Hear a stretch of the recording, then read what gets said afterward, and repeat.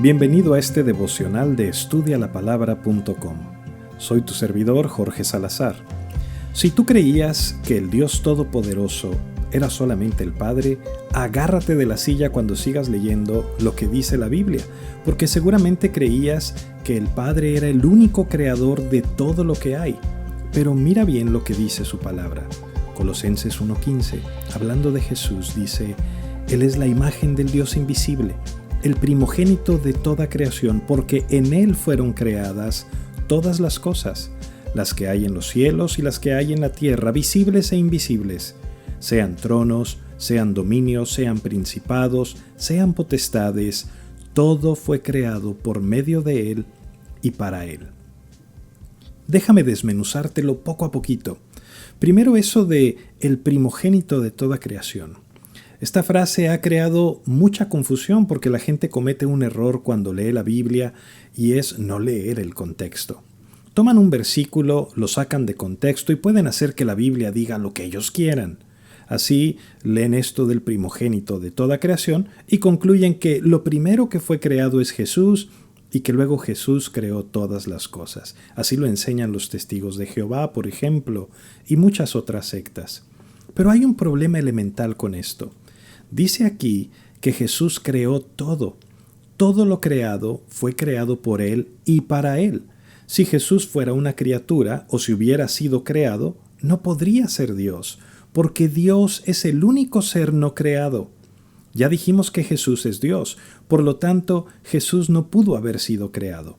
Si hubiera sido creado, entonces no sería Dios. Dios necesariamente tiene que ser no creado, autoexistente, eterno, desde siempre y para siempre. Todo lo demás es creado. Por eso Juan dice de Jesús, llamándolo el Verbo: en el principio era el Verbo, y el Verbo era con Dios, y el Verbo era Dios. Este era en el principio con Dios.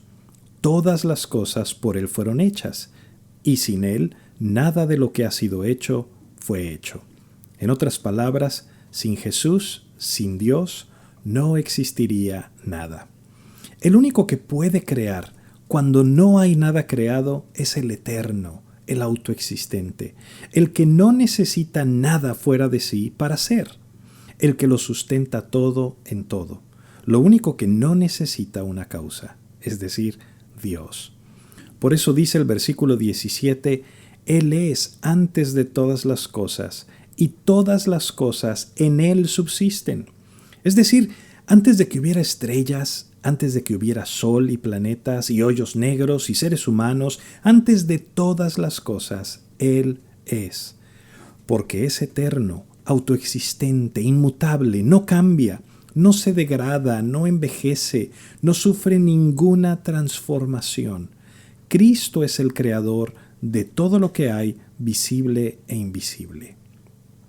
Entonces, ¿por qué dice el primogénito? Porque nosotros entendemos el primogénito como el primer hijo, pero Pablo no usa la palabra primogénito como el orden de nacimiento, porque si te fijas también dice el primogénito de entre los muertos, y nos queda claro que Jesús no fue la primera persona que murió.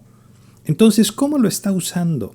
Está usando el término en su sentido de preeminencia. El primogénito tenía una posición privilegiada, era un nombramiento de autoridad, de preeminencia.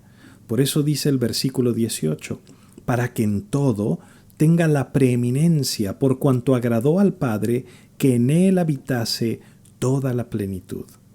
Así que no te confundas cuando lees primogénito en este contexto.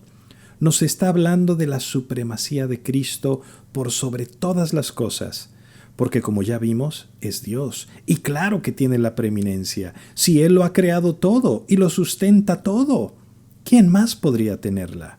Es lógico, Él tiene la preeminencia en el universo, Él tiene la preeminencia en el gobierno, en la nación, Él es la cabeza de la iglesia, y Él es quien debe tener la preeminencia sobre tu vida en todo lo que hagas. Recuerda visitar nuestros recursos en línea en estudialapalabra.com y déjanos tus preguntas y comentarios para seguir en contacto. Que Dios te bendiga.